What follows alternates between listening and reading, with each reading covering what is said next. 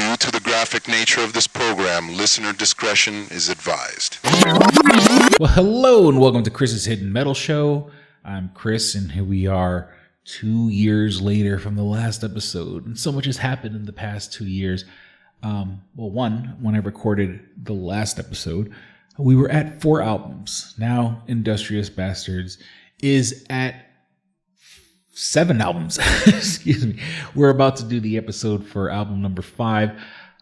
This is the Hell album. It is the first album to break the convention of using construction somewhere in the name, as in constructed, destruction, destructive construction, reconstruction, deconstruction. And now we've moved on to the Hell album. I know maybe somewhere down the line I'll bring back the construction convention and the namings of the albums, but I couldn't think of a good one. I think I may have 1 or 2 other ones that I may use, but we'll see what happens. Once again, 2 years later, I've switched over Industrious Bastards to its own channel because in this modern day and age of YouTube and its weird algorithm, I've seen videos where people have said, you know, you're better off with this being an exclusively music venture. I should probably take the tracks and put them on their own channel so it can get its own following and not be confused with, because I was uploading them to the Two Strangers One podcast channel, which, you know, had years and years and years of podcast stuff and years of stranger vlogs and other weird videos that I put to the side. So I should have a channel dedicated primarily and solely to the music. With that, I've also been using this service called Opus Clips, where it takes these videos and it takes the hidden metal shows and sort of breaks them down into daily clips that can be uploaded to TikTok and Instagram and YouTube Shorts and all the other ones like that. So that's a whole other process in and of itself. But I'm hoping, because as we're recording this, it's still on the first 2 albums. I don't think we've had one of the songs of Reconstruction out, and you know, it's really when Reconstruction comes out that the band really hits its stride. The first 2 albums, as much as I love them, didn't sound as great, but then again, they weren't made. They were sort of repurposed tracks made into as much as well as I can do it. And not that the other albums, these are all still kind of glorified demos, but Reconstruction is really when the band really starts hitting its stride.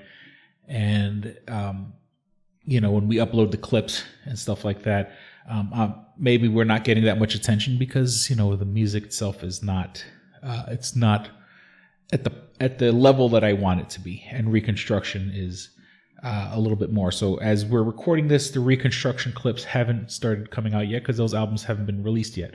I have them uploading. I have them scheduled where I've uploaded all the videos as of right now, and they come out every 3 days. I think that's enough to kind of like maybe catch some sort of algorithm of people who might like the music.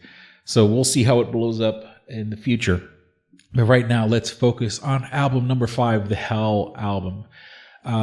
This is the last album that I am using the Jacob Lazat royalty-free tracks. Once again, Jacob Lazat's incredibly talented and wonderful person. I mean, we've interacted very, very little, but I mean, he's always been cool with me and stuff like that.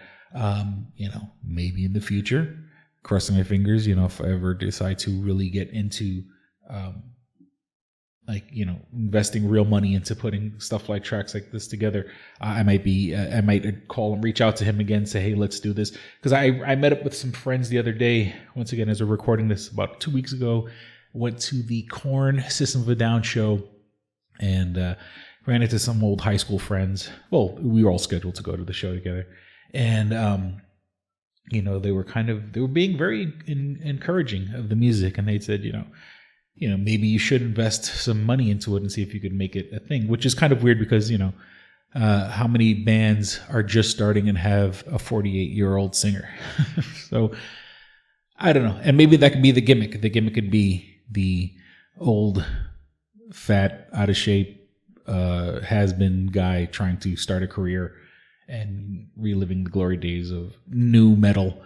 And once again, we don't have an actual genre, but I would like to say we're new metal, as in, we kind of have the new metal vibe, and we go with the, the mixture of electronic and industrial and a little bit of a hip hop influence. Pretty much whatever music was before metalcore took over. And we'll get to that in a later album. So let's start with the first track. I had released different playlists on YouTube when this first came out, because when I was sharing it on social media, I kind of wanted different tracks to be the first track, just to see if it would maybe get a different following. But this is the true album order that we're going to do this episode in. And the first song is called Demoralized. I remember I was listening to a podcast. It's kind of embarrassing. It was the Flagrant podcast, Andrew Scholl's podcast, and he was interviewing some sort of boxer, and he had mentioned something, and he said, isn't it demoralizing for such and such and such? And I said, man, what a great fucking word. And that's exactly when I heard that word, like from the get, I'm not even exaggerating. When I heard that word, I said, that is the perfect word for a song. And I started putting down my ideas right after that, and came out. You sort of just put your ideas on down on paper or your notes app or your notepad app on your computer. And I had found this perfect track that Jacob Lazat had made. And what it is, it kind of has a biblical Middle Eastern vibe to the way the guitars are played, and hopefully you'll hear that in the song. So that kind of fit perfectly. Demoralized. It's sort of a biblical retribution song, sins of the father, being abandoned by your friends, and or maybe also being abandoned by your family. And the song, I love the song. It's very powerful. It's probably one of my more favorite songs. Like if I was to, and as much as I love all the music that I make, this is probably the track where if I was showing the music to any new person and want them to kind of take us seriously, I would probably play Demoralized first. So I mean, it's definitely of my favorite tracks, probably top 3. And working on the video, I know I'm recording this as a podcast, but I'll be putting this up on YouTube eventually. The video I am also extremely proud of. It was very much lightning in the bottle. I had this idea for a lyric video made in Blender. Blender is a 3D modeling program. I know I mentioned it before in earlier podcasts. And it's sort of like the camera is in hell and the words are sort of floating through hell, and then the camera, and it was framed in such a way where like the camera's sort of in the middle and all the words are around the camera, and the camera kind of focuses on the words as they're coming up in the song, which took a lot of planning. It took a lot of rigging, for those who know about animation and stuff like that. A lot of keyframes, and also not just to have it just pan, but to pan in a certain way where there's bounce and pushback or whatever the hell it's called. I am extremely, extremely proud of the video because, yes, I do make a lot of videos with AI, and that's all fine and good. But for me to make this full track in Blender, 100% me, I think maybe the background image is like a stock photo of like hell, just to sort of get the vibe. But, I have ashes blowing through the video, the camera shake, which is intentional, where it feels like there's a camera floating around in hell. I am very, very proud of that. And of course, with the beginning of the song, with the, I got the quote from Black Panther, but I mean, I believe the quote existed before the movie Black Panther, where it's, a child not embraced by its tribe, or a child not embraced by its village will feel its warmth from burning it down, or something to that effect. So here we go with Industrious Bastards and Demoralized.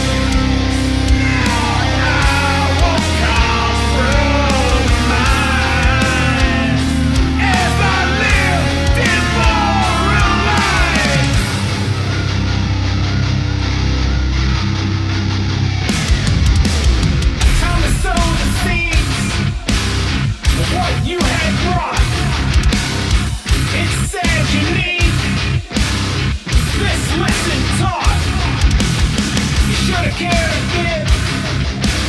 I hope your bags are packed. 'Cause the pain I felt, you're gonna pay it back.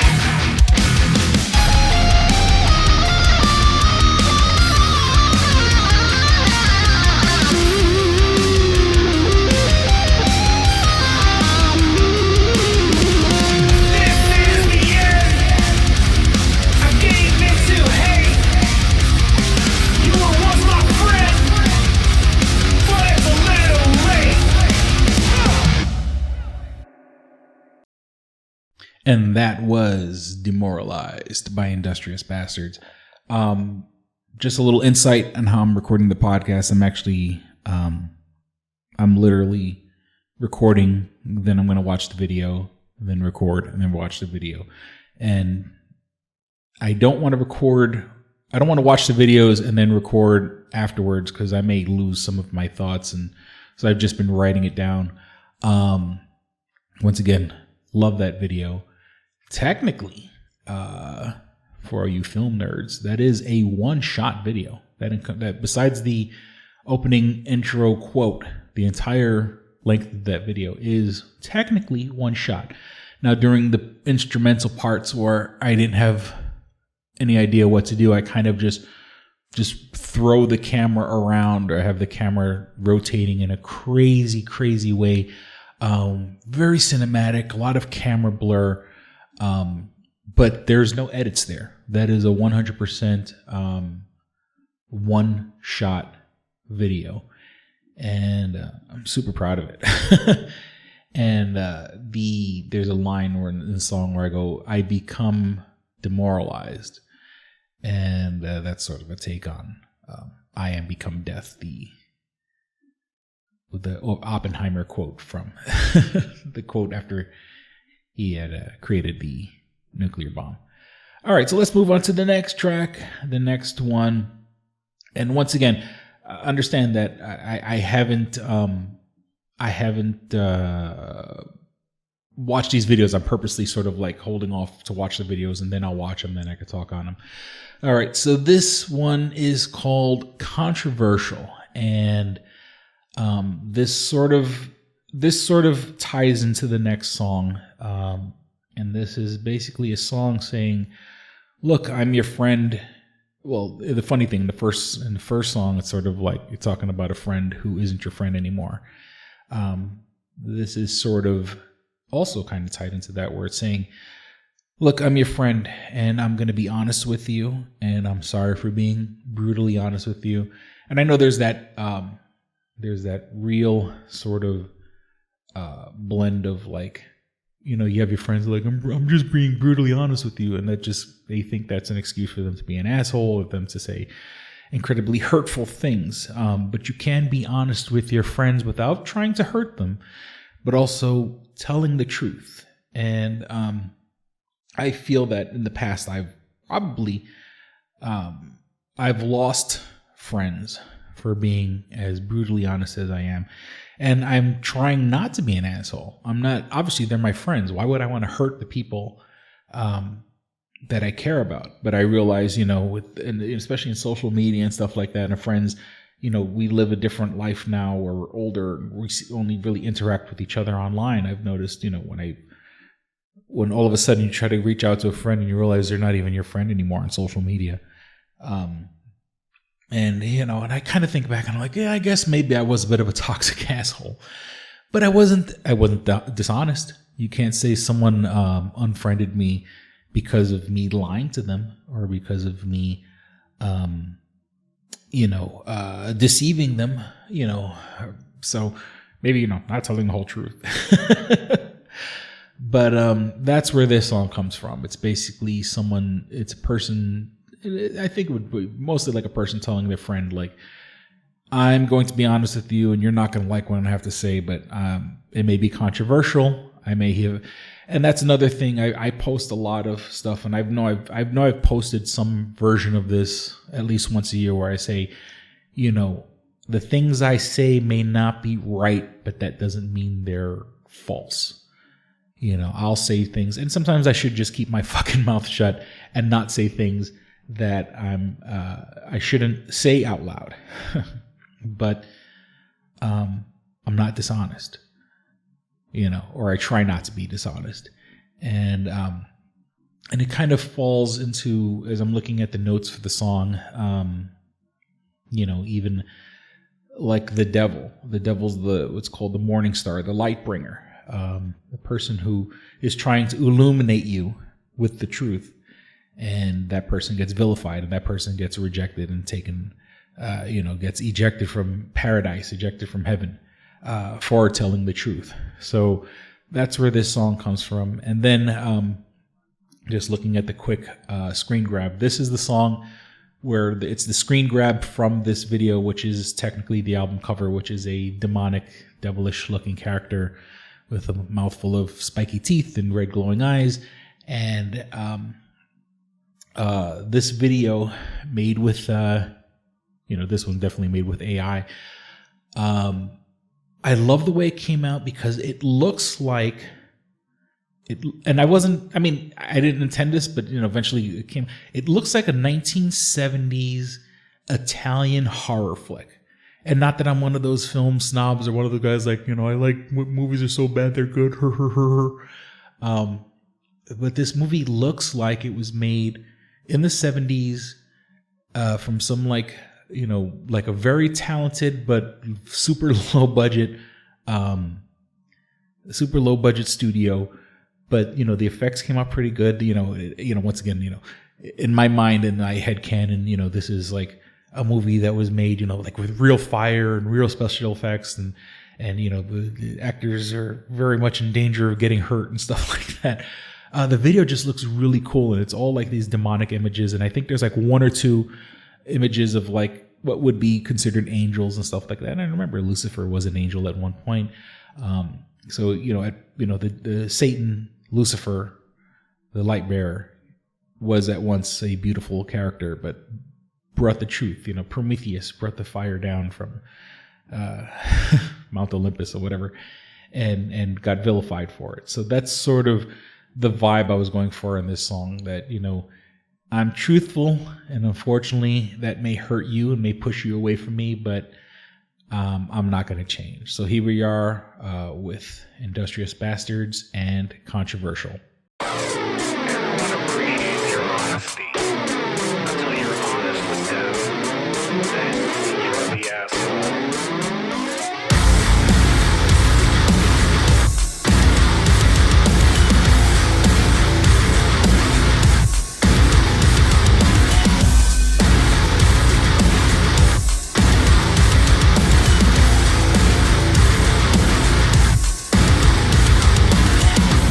This might sound a little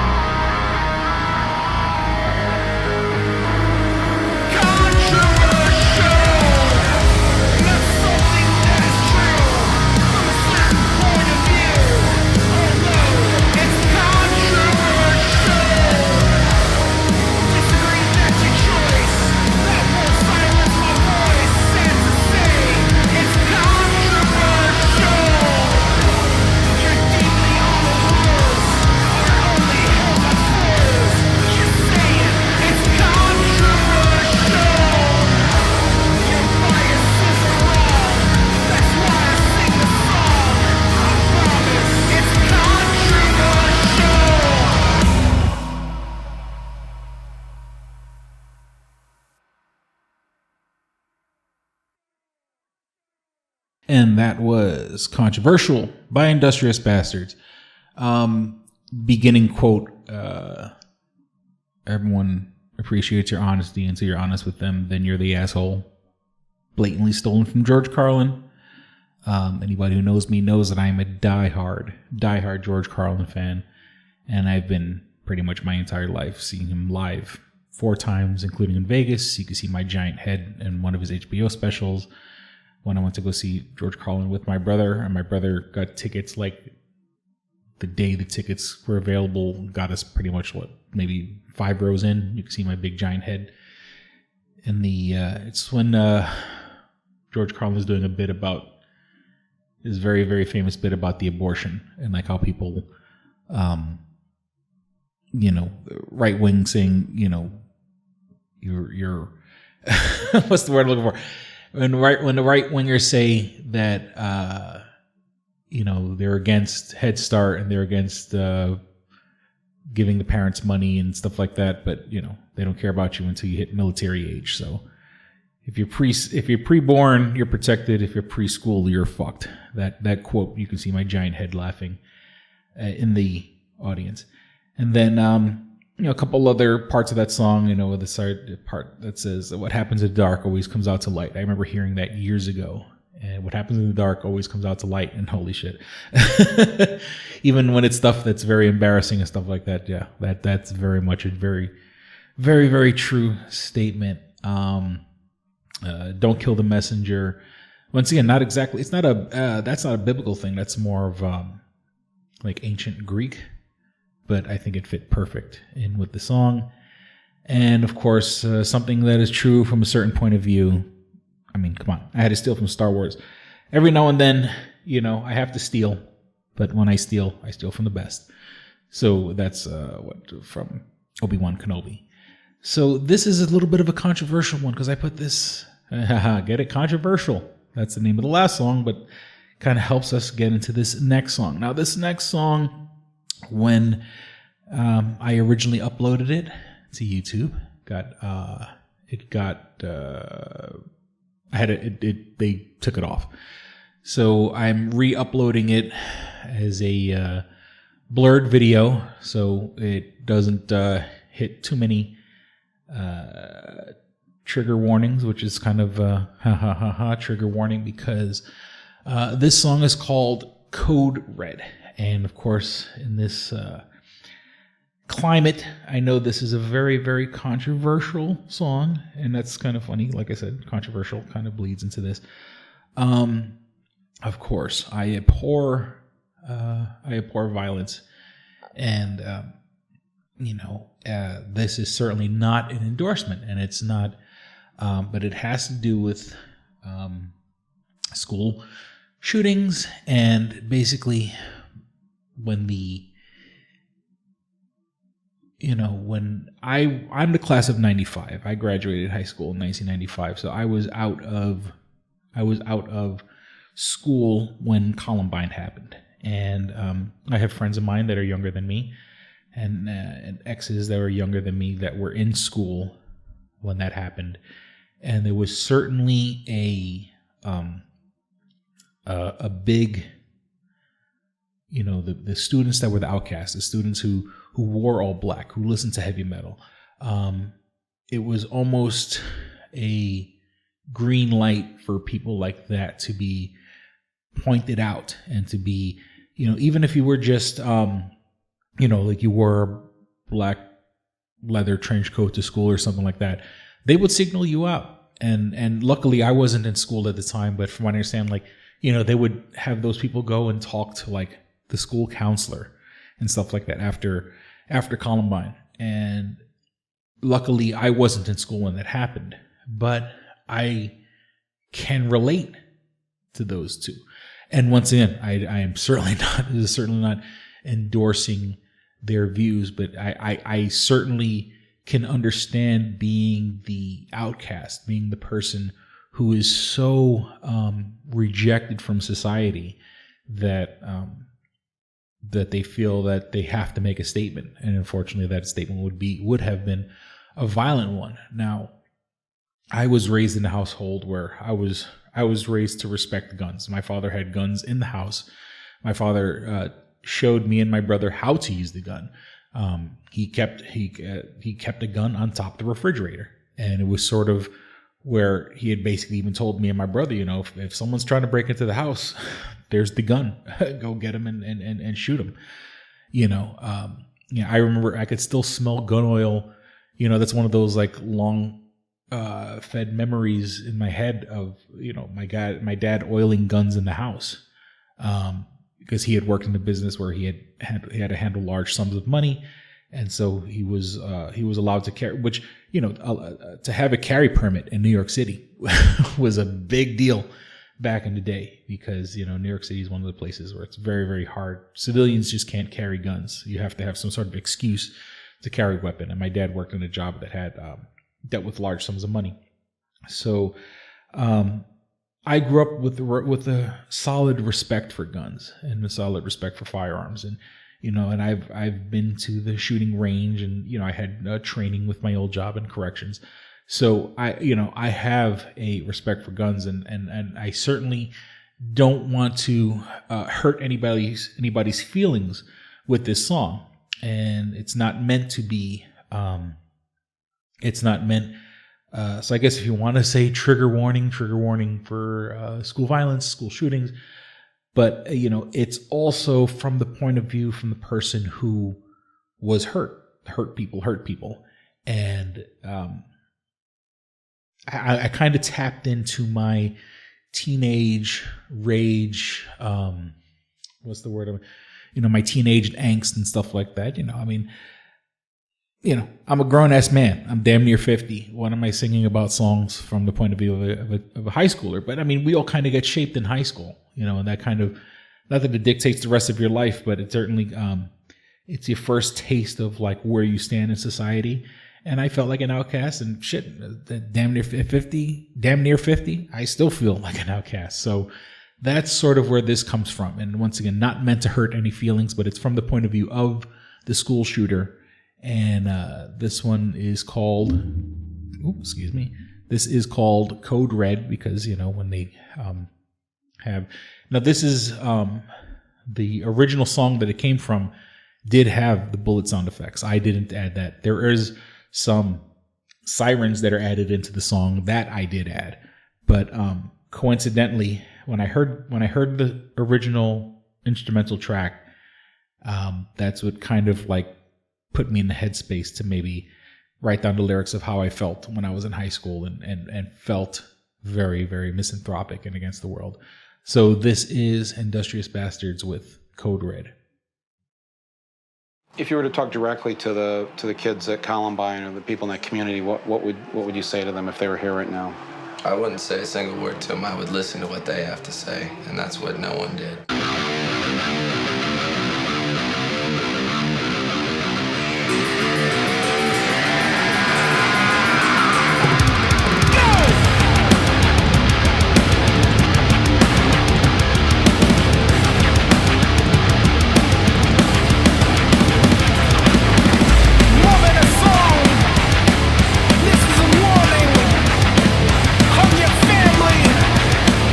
Every morning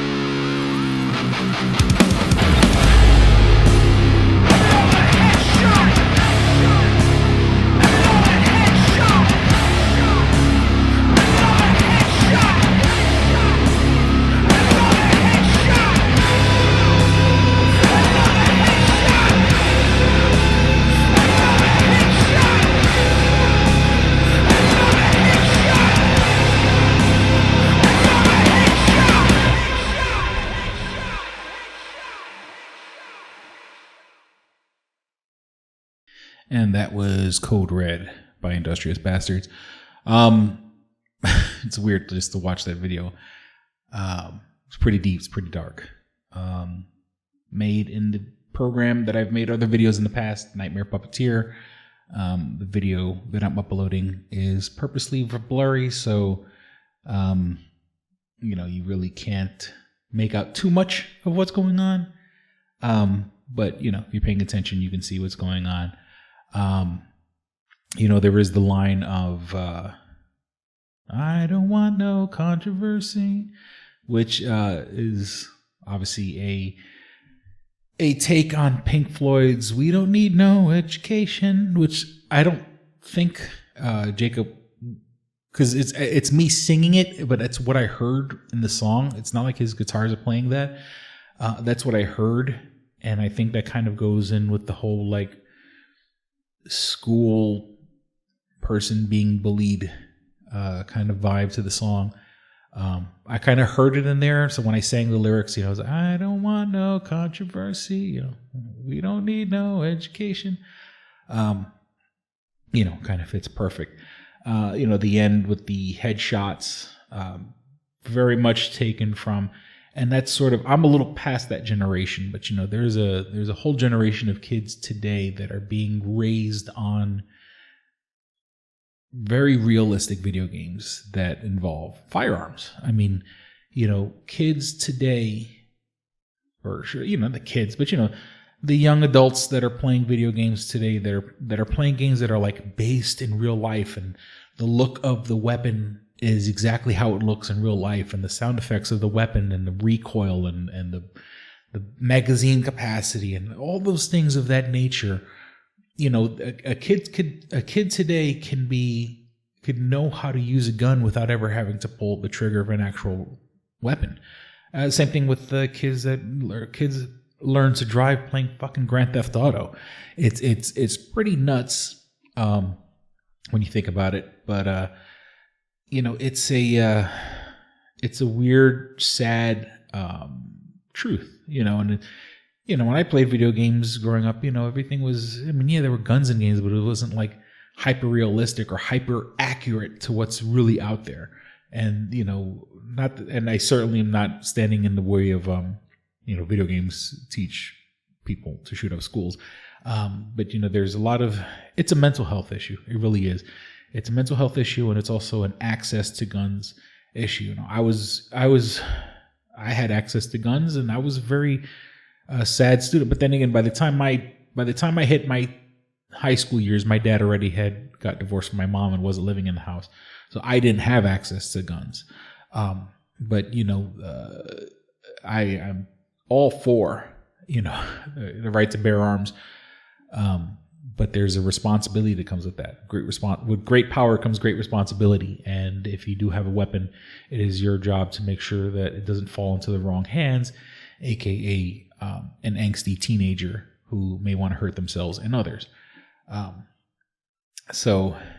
plus, kids today are playing games that have super accurate depictions of guns and things of that nature.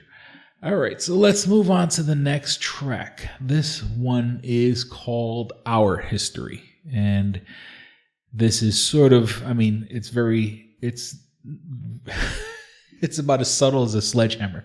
This is sort of about the very, very torrential. Is that the word I'm looking for? The very troubled relationship that I had with my daughter's mother, and her being a person who had substance abuse issues, and I wasn't. I came from a very, very straight world. A world where, of course I knew people who did drugs. I had family members who did drugs, but it wasn't it was very much looked down upon and frowned upon. And, coming to the world of my daughter's mother, but it was sort of just open is maybe not the right word, but, dealing with someone who is on a path of self-destruction and being the straight person, and that's what happens. It builds up a codependence And it's, this is not a new story. Many people have lived through this where one person's self-destructive and the other one isn't, and they kind of become codependent on each other. And, and it's also, when that kind of couple produces a child, like it did in my situation, and, to feel like, that person left, part of their self-destruction, leaves a single parent and a child without a parent. And that's where it goes from there. So this is Industrious Bastards with Our History.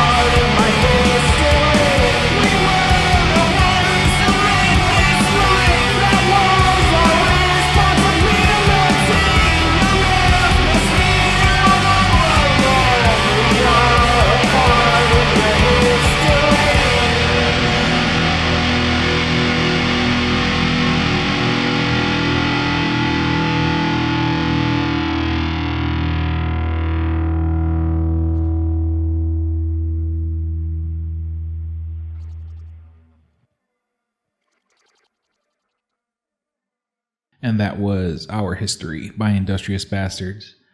Very, very... Once again, this album's called the Hell Album for a reason. It was a lot of dark places I went to when I recorded it. And, about losing my daughter's mother. Even though we weren't together when she passed, you know, we there was still love there. There was still, as much as she drove me crazy and as much as she, how should I say, I made bad decisions that ruined my life, or ruined what my life was before her. We did get a beautiful child out of it, my daughter, who I love with all my heart. And the video itself takes on the health theme as the rest of as a bunch of the other songs on the album. It was kind of weird to animate. It's kind of weird to look at, because it's supposed to be like an angel and a devil and a man and a woman, and it kind of like, you know, morphs from man to woman, and you know, it does look kind of silly when you see a guy with a beard, but then like all of a sudden he has like makeup and stuff like that as it transitions into a woman. And not that I love my trans people, don't get me wrong, I'm not. This has nothing to do with that. Just the video itself just comes off as a little, you know, I couldn't think of a better way to put that into the AI art generator. But it did come out funky. It did come out weird. I would never change it. But you know, I didn't know how to put those lyrics into images. So I'm happy with what it gave us, but it does get a little wonky. I'll have to admit that. All right, so let's move on to the next song. The next song is Death of the Party. I was watching some sort of clip. What was I watching? It had something to do with like, it was one of those like old TV shows like Jack Benny or something like that. And someone had used the phrase Death of the Party. And the way the rest of this album kind of it feeds into alienation and not being loved, or, you know, having friends betray you, or telling the truth and having your friends leave you and stuff like that. The death of the party, I've certainly felt this way. You know, there's a line in the song, the most hated man in the room. And I certainly feel that, you know, I had good friends growing up, and this isn't an attack on my friends or anything like that.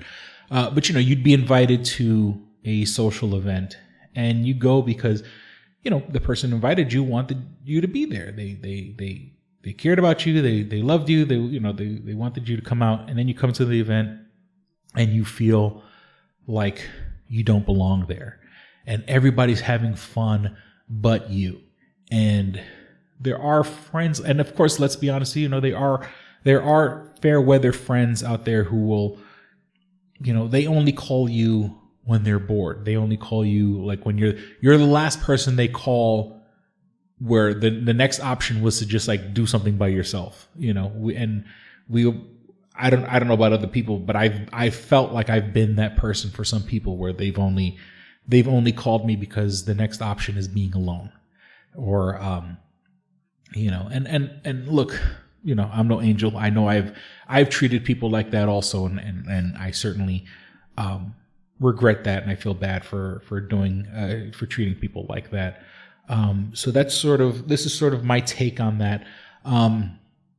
There's also the way the lyrics are made in this video, the way I came across these lyrics. I was trying to figure out a new way to write lyrics and stuff like that, and I actually like the way this song came out. Once again, it kind of fits in together, and I know I use a lot of $50 words. That's just how I am. That's how I write music. But this song was also an exercise in trying to write other than like very, very basic rhyme schemes and stuff like that, and trying to have a song with a little more depth to it, even though, you know, the depth really should, you know, you don't need $50 words to have a song that has depth, but I was trying to be a little more complicated with the lyric schemes, and I like the way it came out.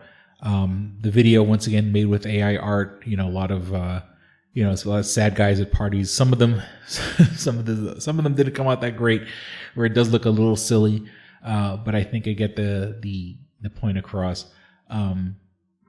You know, there's two parts in the song where I say, like, you know, not him again, and sometimes, you know, if you've ever been that person that was invited to a party or something like that, or invited to a social event, and then there's other people that you could tell were clearly not happy that you were invited to that thing. You know, I've felt that, and I've had people almost being like audible to me, you know, oh, not him again, you know. And then there's the line, you know, with friends like these, who needs enemies? And you know, and once again, I'm certainly not pointing a finger at my friends, but you know, I've felt like that where, you know, and that's the whole thing. It comes from a weird place of people trying to be nice, but you clearly don't belong there, and it kind of makes you feel like the odd man out. So this is Industrious Bastards with Death of the Party.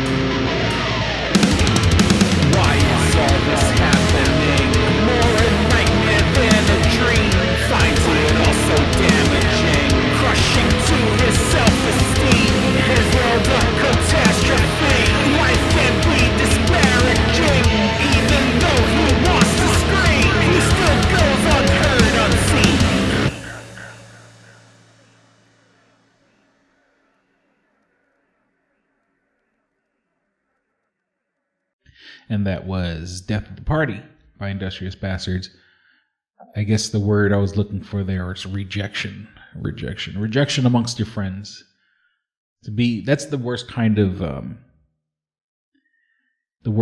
of like, you see friends and you see people having fun, you see people enjoying themselves, and you're there. It's one thing to be like rejected, it's one thing to be hated, it's another thing to be like apathetic, like to be the victim of apathy, I guess, is what I was going with there. Because it's not like the people don't say they hate you, because they don't hate you. They're your friends. They want you.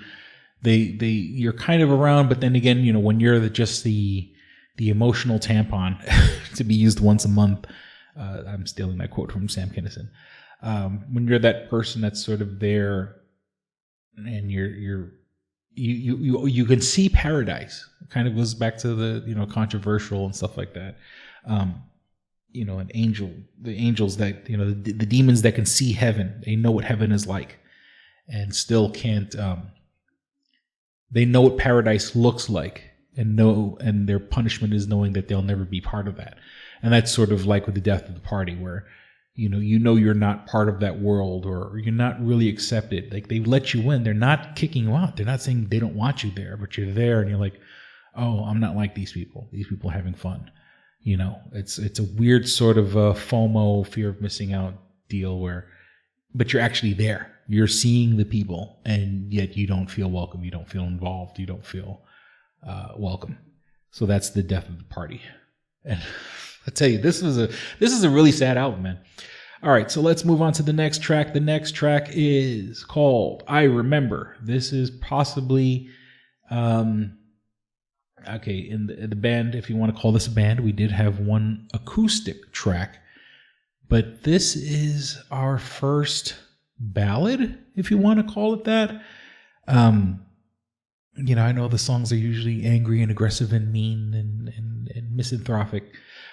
This is a ballad in the loving memory of my friend Jimmy Martinez, who passed away in 2007 of brain tumors, brain cancer.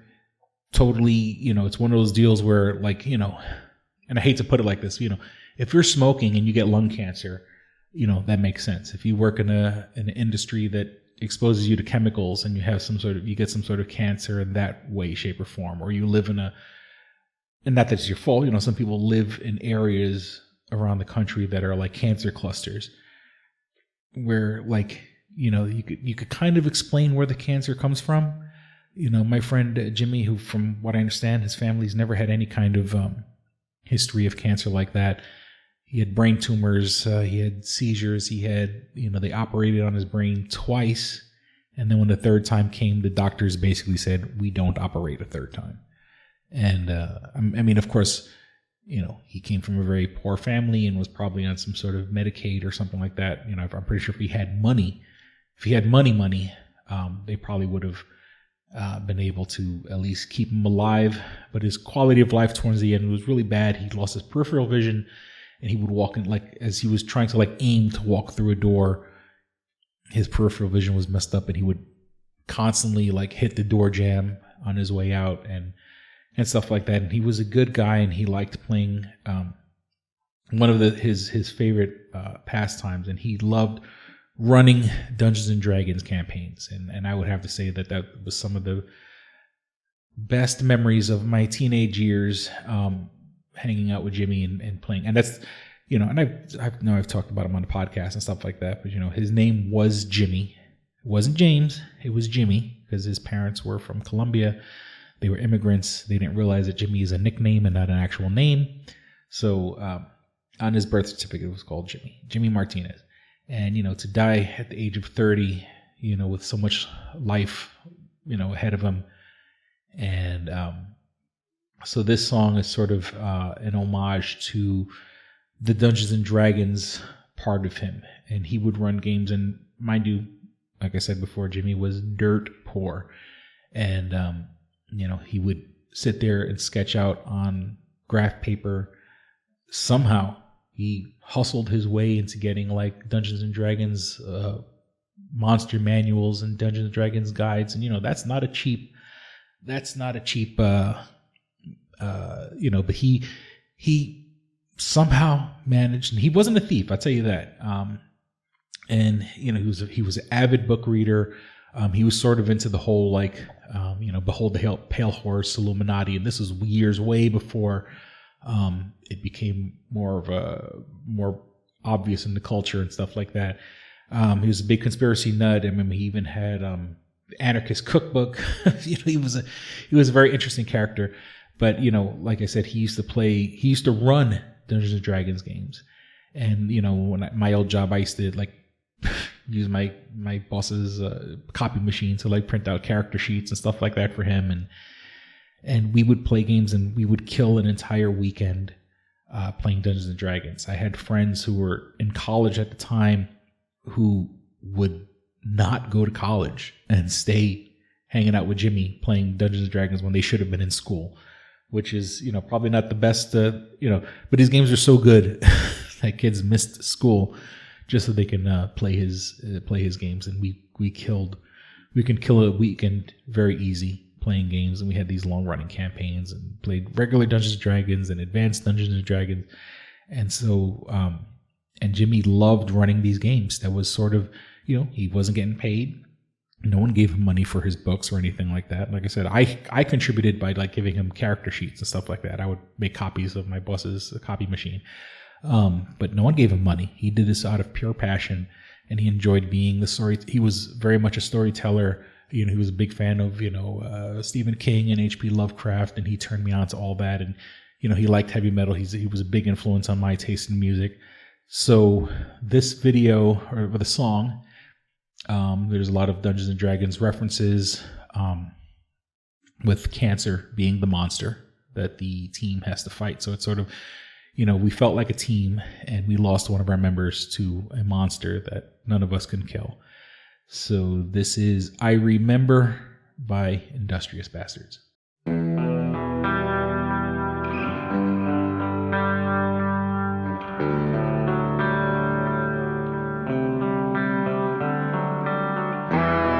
Gathering of friends, our story begins, and I remember playing our quests, looting of chests, and I remember forging of bonds, clashing of wands, and I remember journeys are made with paper and tape, and I remember running campaigns, escaping the pain, and I remember blasting the songs, sense something's wrong, and I remember the laughter fades and the charade, and I remember unspoken fear, the monster is real, and I remember growing despair, life is unfair, and I remember battle within, looking for strength, and I remember rally the core, circle support, and I remember darkness surrounds, hope has no bounds, and I remember moments of hope, not fighting alone, and I remember spirit of light, rolling the dice, fates are tempted.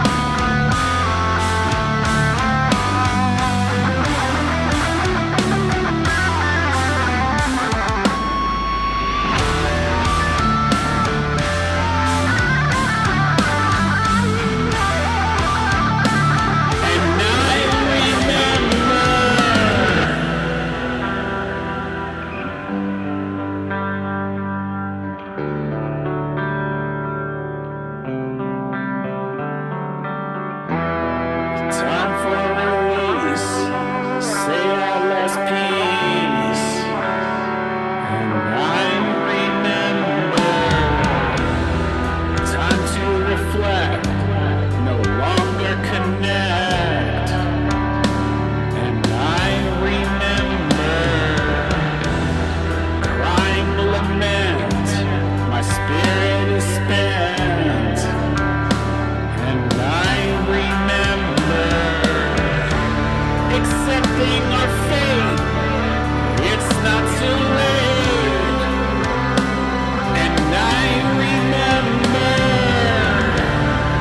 time to rebuild, start a new guild. And I remember time to have growth, I miss you the most. And I remember resilient heart, new battles to start. And I remember time to commit, gang of misfits. And I remember you may be gone, your legacy lives on. 'Cause I remember.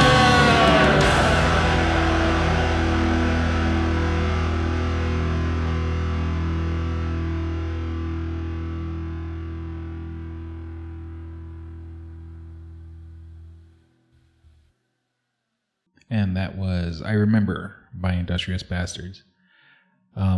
Watching the video basically is just a sort of a take on, like, I know they had the Dungeons and Dragons Saturday morning cartoon, which was cartoony. This is in my world. There was sort of in my head canon. a lot of the stuff is my head canon. There was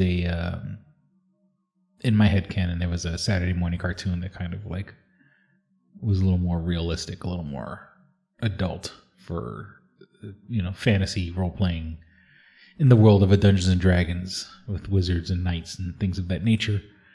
That sort of goes with what we played on when we played Dungeons and Dragons D&D. All right, so let's move on to the next song. Rest in peace, Jimmy. This next one is called Neighbors from Hell. Now, this is a unique song because most of the other tracks that were used in this album were from Jacob Lizotte, and this is a Jacob Lizotte track, but this was sort of a contest. He had put out this track trying to see if he can find the best vocalist. Now, I know the music that I make isn't the most professional quality or anything like that. I know it comes off as a little corny, a little cheesy, a little cringy, and I get that. Jacob tends to like more of the metalcore, growly, pig squeals, bleh type of vocals for his tracks. It's funny because he does so much diversity in tracks, but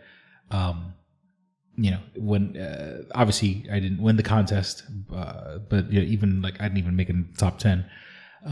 But when Jacob released the track as part of his contest, I was going through a lot of troubles with my neighbors in my old neighborhood where I lived. I lived in a really, really bad neighborhood, big time drug house across the street. And I lived upstairs to people who maybe weren't selling drugs. They were certainly using drugs, and they were just fucking nightmares to live by. They would play music all hours of the night. There was a time where one of the neighbors was using the basement, and there was sort of like a communal basement to have his friends go down there and smoke weed and smoke cigarettes and drink alcohol and play dice games. And the parking situation was always a nightmare. Anybody who follows the podcast knows that I had a bad parking situation with my neighbors where they felt like they can just park wherever the hell they want and fuck everybody else who lives there. And they were just very, very nasty, unpleasant people. And then I've found like bullets in my backyard, and not like spent bullets, but like bullets that, you know, would be going into a gun, like a box full of bullets and stuff like that. So they were dangerous, they were mean, they were nasty, they were inconsiderate, and so it felt right for me to write a song about them. As sort of a little bit of a musical therapy, if you will. You know, the people. I noticed. I even went back after when I moved out. I went back to my old apartment because I left some stuff behind, and I was trying to see if my keys would still work, and of course they did still work. And to see the way, because I was the only person who threw out garbage. Like I would roll the garbage bins out to the front for garbage day, and they didn't do it. So the back of where I used to live just became this festering garbage pile. And, you know, we had mice, we had raccoons. They loved eating that stuff up. So just, a bit of podcast therapy of dealing with these horrible people. And luckily nothing ever physical came of it. But, I'm glad that I'm no longer in that situation. So this is Industrious Bastards with Neighbors from Hell.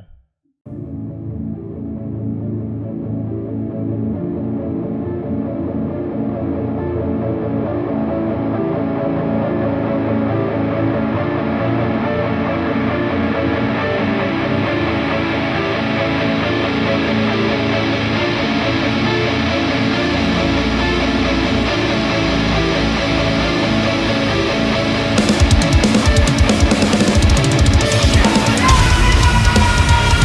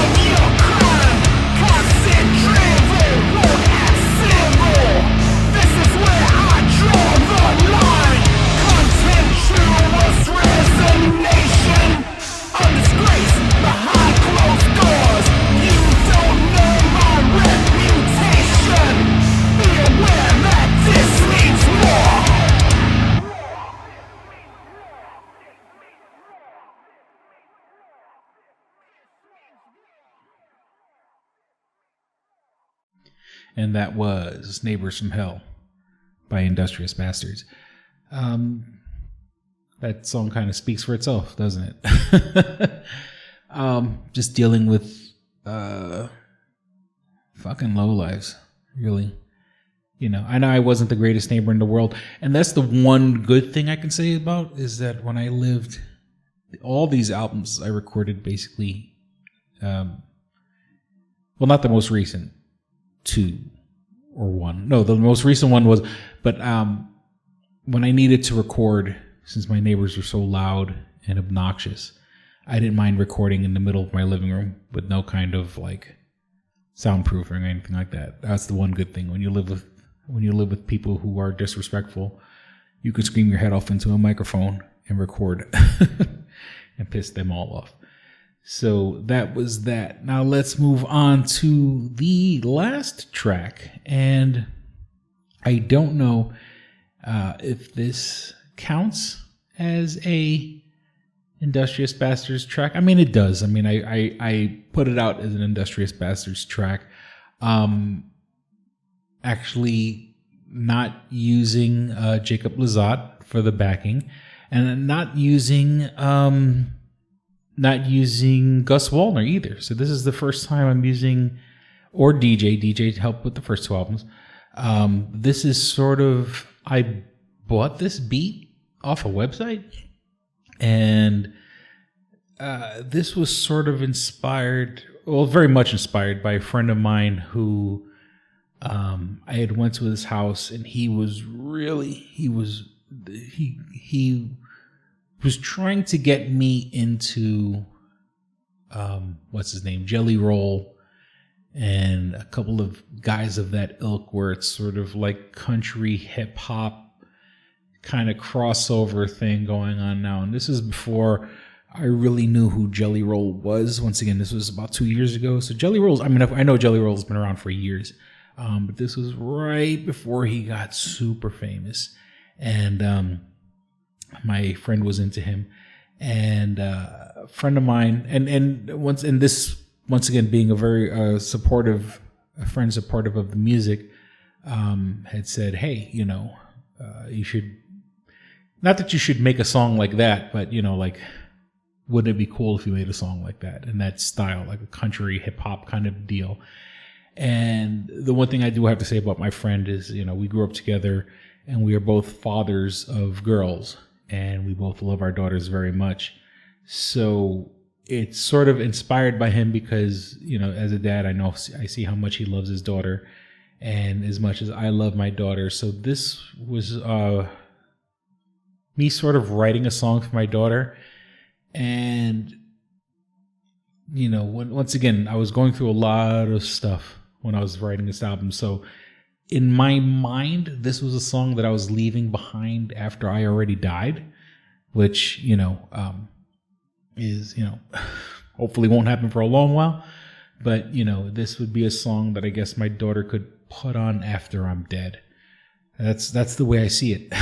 It's kind of, and so it's sort of like lessons,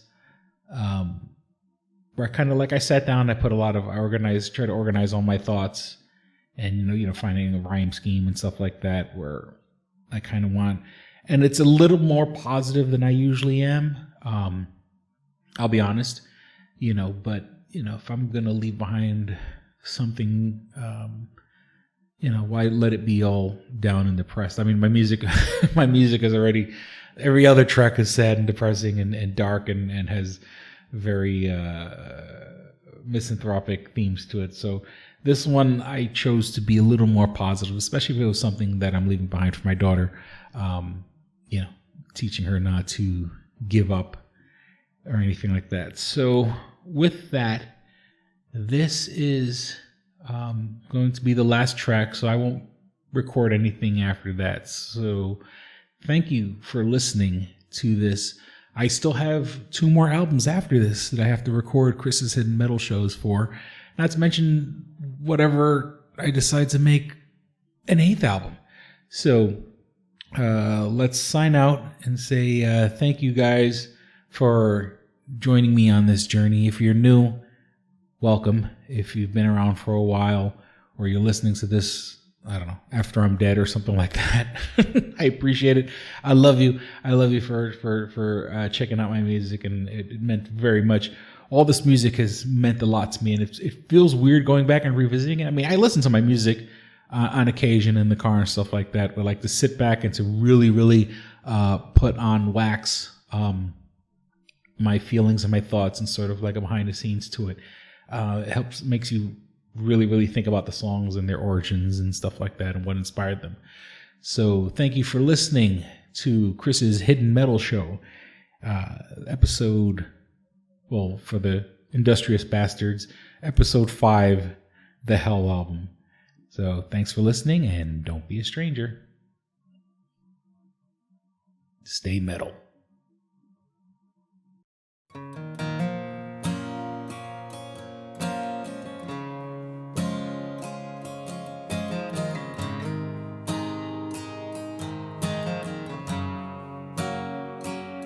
Dear baby bird, I hope this letter finds you well. If you're reading this, there's a few things I have to tell. It's your own journey. Don't compare it to someone else. You don't owe anything to others than yourself. Balance is essential. Before the day is done, make sure you work hard, but have a little fun. Don't let the anger get you. You don't have to scream and shout. There's two sides to the story. Try to hear someone out. You have a right to emotion, but you don't have to react. Not everything is fair. Don't let that get you mad. Focus on the good things. Don't let the world bring you down. Let your life be alive. Things are rough all around. Never stop learning something new each day. Knowledge is a treasure that they can't take away. Cherish your real friends, not just when the weather's fair. The fake ones will play themselves, but the real ones will be there. Failure's not the end. Regroup and don't give up. See your project through. Even when things are looking tough, your word is your bond. Don't make promises you can't keep. You'll end up overwhelmed and losing sleep. Learn to be grateful. Don't envy what they got. You can be happy without having a lot. Try to be honest and have integrity. The harshest truth is that the truth isn't pretty.